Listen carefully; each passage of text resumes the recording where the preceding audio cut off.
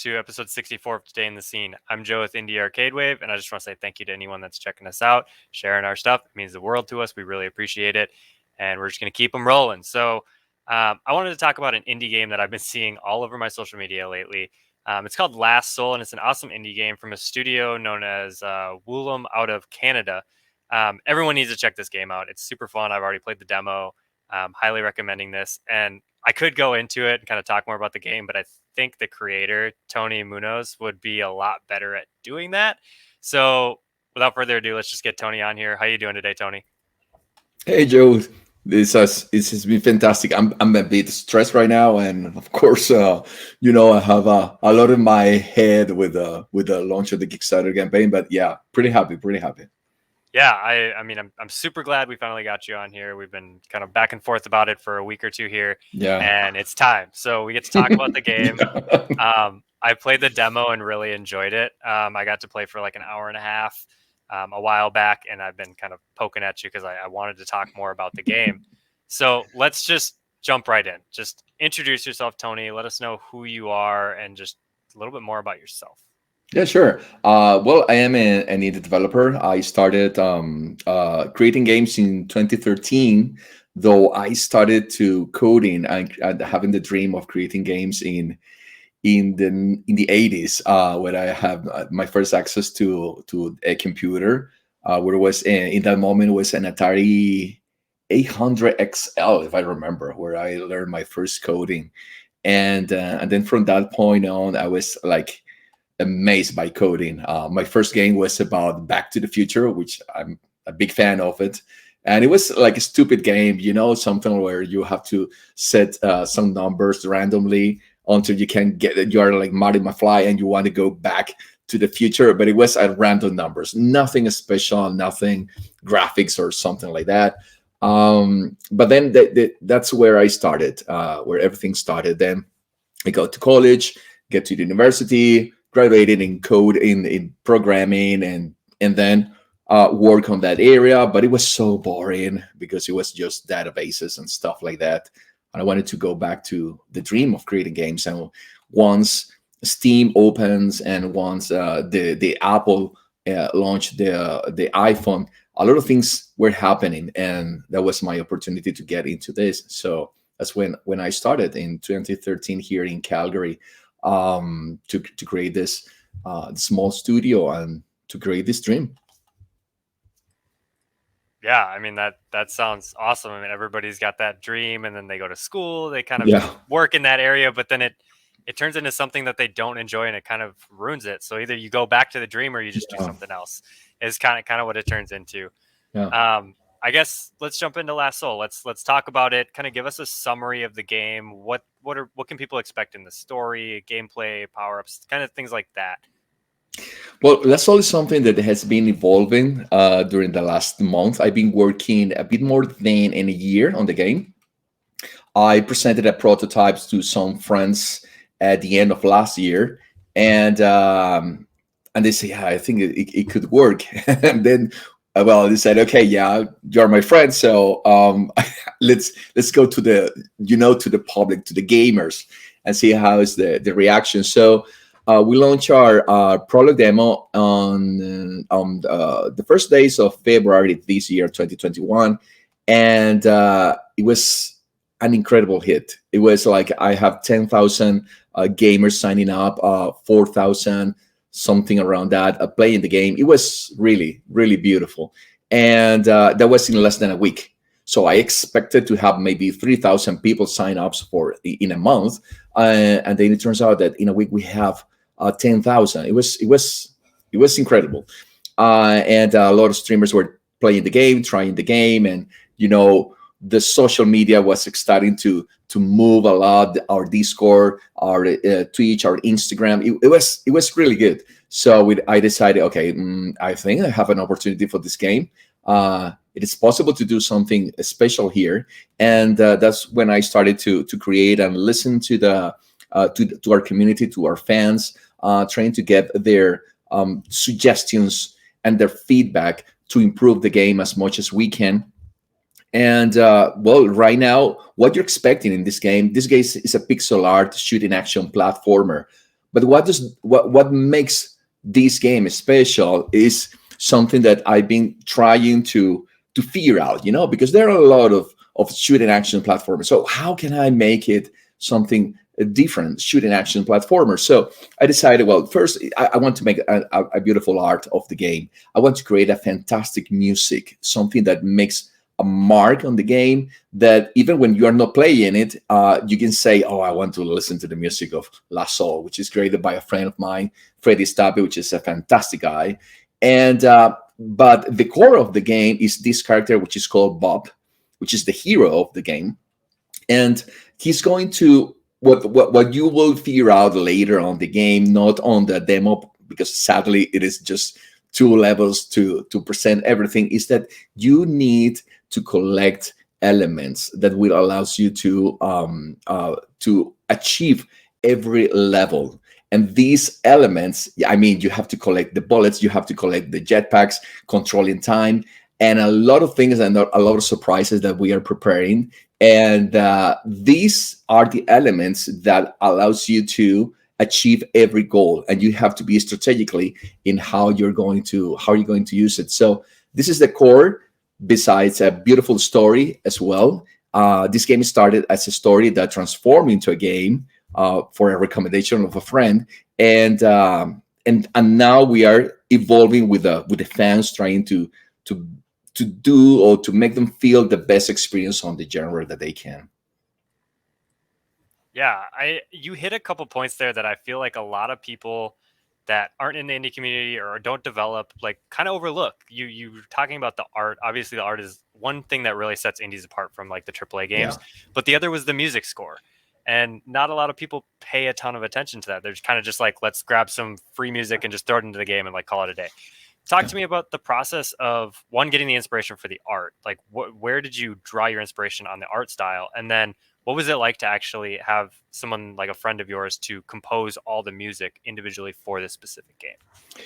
Well, about the art, I being honest with you, I started to do to create pixel art for this game. I never tried pixel art before, and it has been a beautiful experience. It turns out that I enjoy a lot the pixel art. Previously, for the other games, what I did was a Blender, which are models in 3D, and that could make, when you are an indie developer, that can make things a bit overcomplicated, and you have to be careful as an indie developer to not get complicated.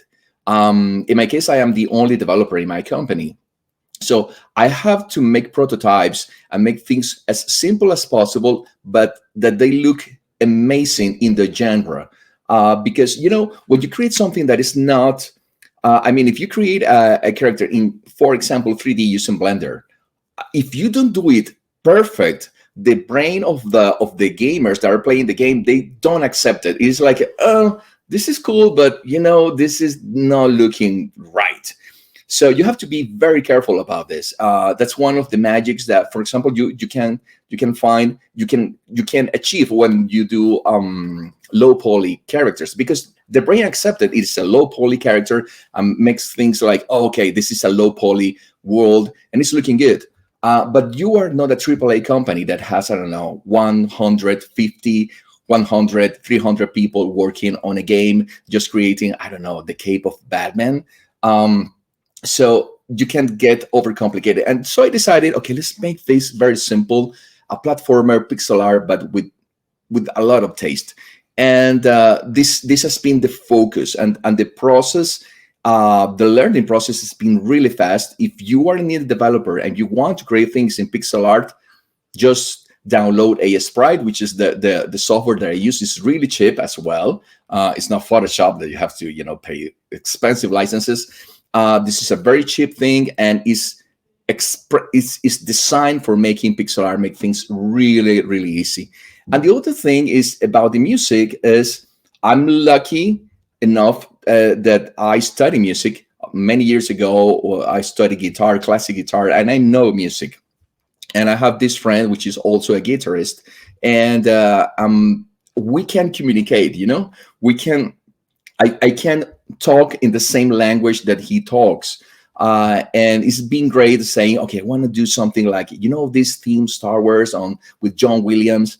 We're a lot inspired by John Williams, by the music of Tron, by the music of Ender Games. So it's some epic music that I want to present there, but also where we want to create a specific theme for Bob, for Sub, for Cyber Being, for all these characters that are going to be part of the game. So people will listen to the music and they say, oh, this is the music of Bob, like what you can recognize, for example, the music of the Princess Leia and stuff like that. So yeah, it's definitely a beautiful thing, but you have to be, even when you are a small company and small studio, you get to make things beautiful and right, even in your small scale. So yeah, that's what we're trying to do.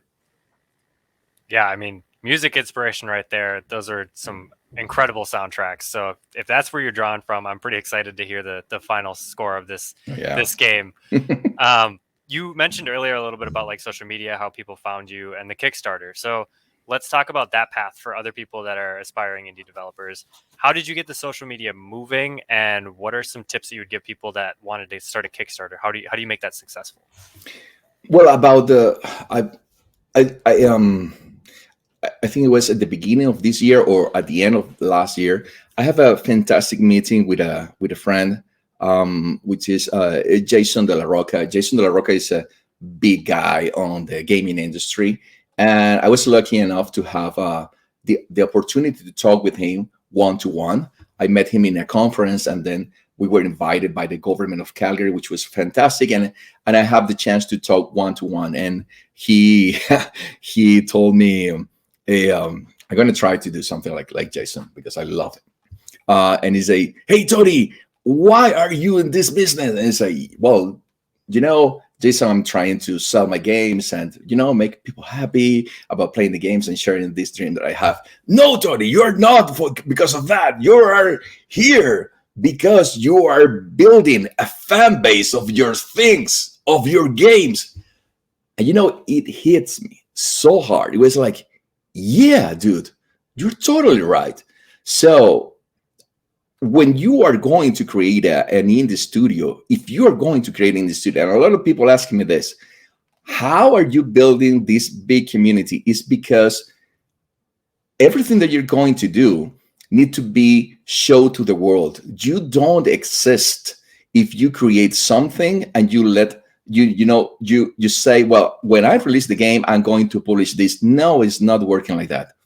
In the moment that you start making even the first sketch of your game, you have to publish, you have to post it, you have to put it on every social media that you may have: YouTube, Instagram, Twitter, Twitch, whatever, Discord. You have to let people know about what you're doing, because that's the moment when you start building the fans that are going to, at the end, are going to download, to test, and to buy your game, to support you.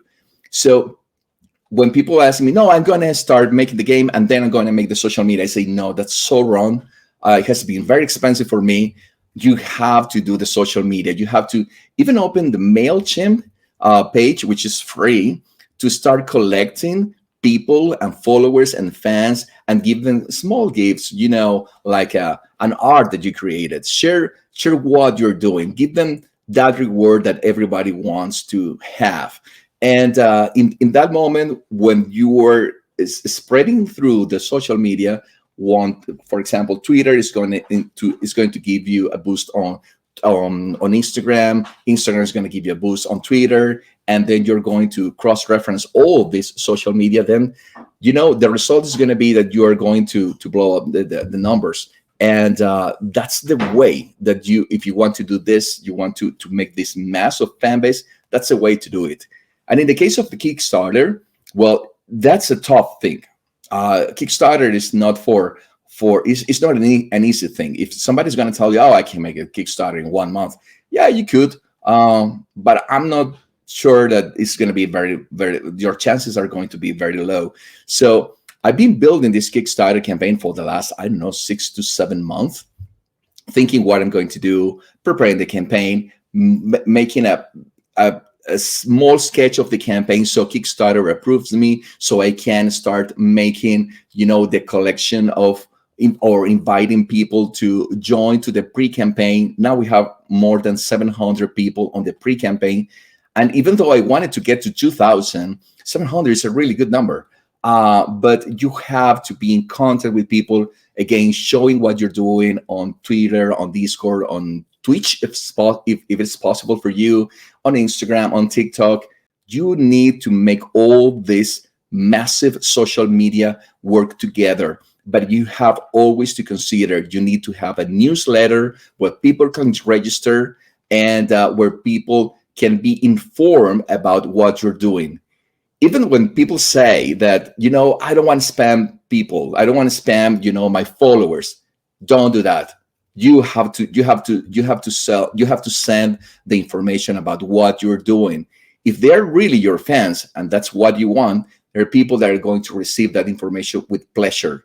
And if they are not, well, you're not going to get anything from there. So yeah, just okay, I'm going, they're going to leave you, but you have to connect with your social media as soon as possible, and with your fans.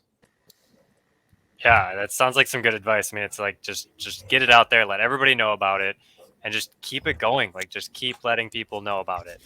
I guess I'm kind of curious with everybody that I interview, any of the developers or arcade owners. I'm always curious as to like their video game past. I know you touched on it a little bit with like the beginning and getting into like making your Back to the Future game and everything.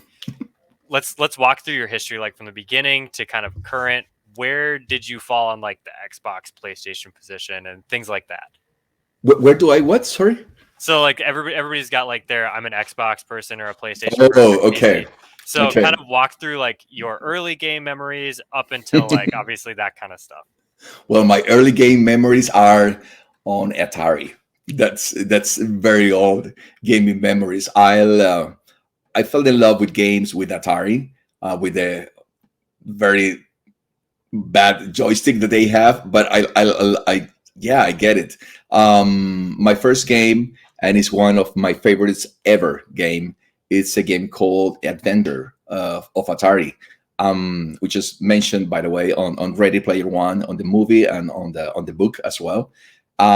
It's my favorite game ever. I remember being like a kid of, I don't know, 5 years old. I'm playing with my dad, and it was something amazing because my dad always did things the wrong way, or the more risky way. And I heard, "That was my dad, no, you're gonna get killed." And it was really amazing. I have those memories, and my dad was laughing, and that's really when everything started. And sadly, I will have to. I did separate from the gaming industry for very long years, during the moment of while I was studying in college, and then I went back with the Xbox.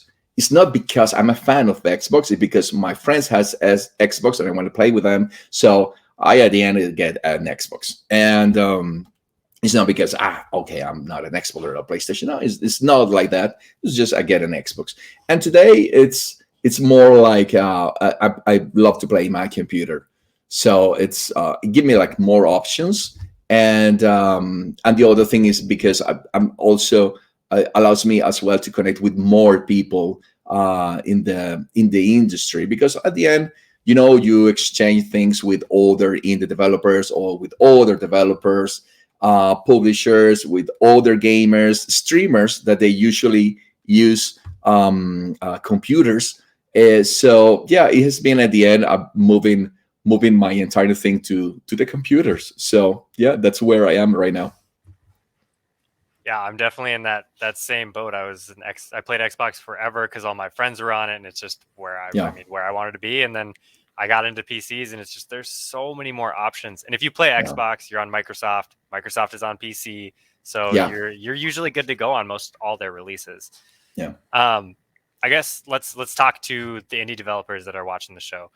Give them some advice about just things that have helped you grow as a developer. You said you were developing a while ago for like iOS and stuff like that. Yeah. Um, what are some tips that you would give them right in the beginning to get into it, and some pitfalls to avoid?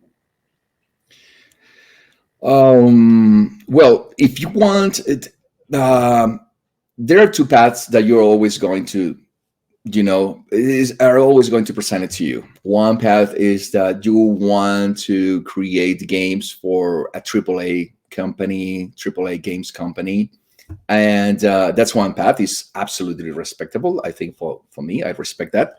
Um, and the other is if you want to create your own games. So if you want to work for a company, you can dedicate and say, okay, I'm going to be good in something in particular. For example, coding, or on coding, you can say some particular genre of the games, and you can be very good at it.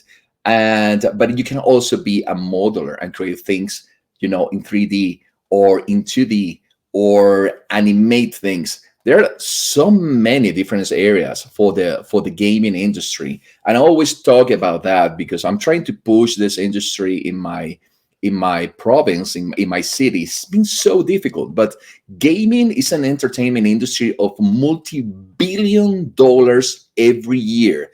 And it's not like, okay, but this year was bad. No, every year turns to be better than the previous year. So the options are incredible, and they are really huge. And now, if you want to you want to be an indie developer and you want to create your own games, then you have to find a ways to do all things yourself. At the beginning, at least. And then you can get some partners and some relations. They could be good, but you have to be quick and fast. And I have to say, based on my experience, if I will have to repeat everything that I did and the things that I did wrong, I want to start by doing things, for example, in 3D. I would try to make things looking beautiful in 2D, even with Photoshop, not necessarily with pixel art that sometimes can be like tricky, but you can take some courses on Udemy, stuff like that, where you can get quick information about how to start. What platforms? Well, I started with Unity. In the moment was because Unity was a very cheap option. In fact, it was as cheap as free, as you can imagine. So I took Unity in that moment. I learned about it. And then this is my main tool that I'm using. But today, Unreal is giving options as well. So take the time to test it, to test Unity, to test Unreal, and make the things, maybe you're working during the day in all the things. Then you can get home at night and, take a course of Udemy that is going to cost you maybe $15 or $10 or something like that to start learning coding in Unity, and then try to learn something very, very, very simple in 2D, how to make, cool graphics in 2D, and mix them with the game in Unity. Try to make things very simple. Try to prototype your games as fast as you can. And the other option is, if you have an idea and it says, okay, yeah, but this has to be a 3D game, and you want to make a prototype, then go to Unity, go to the asset store where you can get a lot of things that are made just for you to try them, and then put the things on this scenario and try to get to a publisher and show them, okay, this is the idea, this is the main mechanic of my game, this is what I'm trying to do. And if you can collect that, if you can get a support of a publisher, then things are going to be a lot easier. But try to start very simple. Every time that you say, okay, I want to add this, think if it's going to be complicated. Good mechanics doesn't have to be really extremely complicated. If you get a game, which I love, by the way, which is Super Meat Boy. Super Meat Boy is a 2D indie game created by two guys. And when you see the mechanics is so simple. It's just jumping and running. Basically, it's jumping and running. And the graphics were not a big thing. But this guy makes everything looks and feels perfect in the game with a great sense of humor. And this today is a reference game for indies because it was one of the most successful indie games ever So you don't have to do a game that looks like a triple A game to make a name on the indie. It's so difficult. You're not going to do it. You have to keep yourself simple, basic, but with good taste. That's my advice for it. Yeah, I mean, even referencing that side of like keeping it simple, you can think about games like Celeste or Limbo. Like they're Correct. not crazy, crazy mechanics, but they're absolutely beautiful and they tell a great story. And Exactly. that's what people want, is they're there for the indies for something unique. They don't want another AAA game that's just another war game. You know, they want something special. And if you, I'm sorry, Joe, if you make people laugh with your game, dude, you Right. did it. You're in You a good did it. place. Because what you see, I've seen streamers, for example, playing AAA games. I don't know if you've seen them, but they are always like, okay, like statics, okay, dude. So how was your day? And when you see them play them, indie games, which are really fast, like okay, we do this, and it's tricky, and they die, and it's oh my god, okay, I'm gonna try it again, and it is a different spirit, and you see that in games like Super Meat Boy, in games like Celeste, in games like of that style, Katana Zero. I love Yes. Katana Yes. Zero. Great game. It's a great game, and they're 2D platformers, and they're amazing game with massive fans. So yeah, it's definitely something like Undertale. Imagine Undertale. Undertale has the worst graphics ever, but it is so engaging game. It's something like, oh my god, the sense of humor is amazing. The characters are great, and it's so simple, very so simple. And there you see it. It's like have a great idea and putting into a great games. I think the guy of Celeste, it took like 1 month to create a game. I'm still for me it's still hard to believe it, Yeah. but but let's say that he did it. It's really simple, and but the thing is that it's the taste, is, and then you're going to make people laugh, and that's your goal. When people Yeah. gets engaging in your game, it's like, oh man, this is it. Yeah, that's what you're going for. You're trying to elicit a response, and then Exactly. you got them. I guess it's kind of everything I wanted to ask you. So to wrap Yeah. it up, just go ahead and shout out your social medias, your Kickstarter, stuff like that, so people can find you and follow your journey.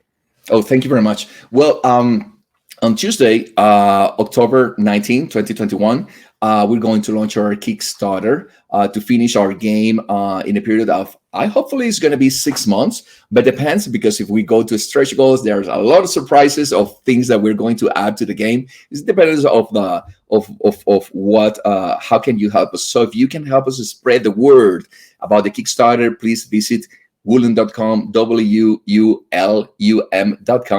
There is all the information, links all to our Kickstarter. To join our Discord, we're going to make a massive party with the launch of the Kickstarter. And please be part of it. Of this, get ready for the first 48 hours, because we have special things for the first backers on the first 48 hours. And please help us spread the word. That would be amazing for us. Awesome. Well, I'm going to throw that and all your other social media links down in the description so people can find you. I want to say thank you for coming on here, Tony, and talking about Last Soul. For anybody that hasn't played it, go get the demo. Like it's free on Steam. Yeah. Like just go try it. It's super fun. Yeah. And yeah, until next time, peace. Thank you, man. Bye.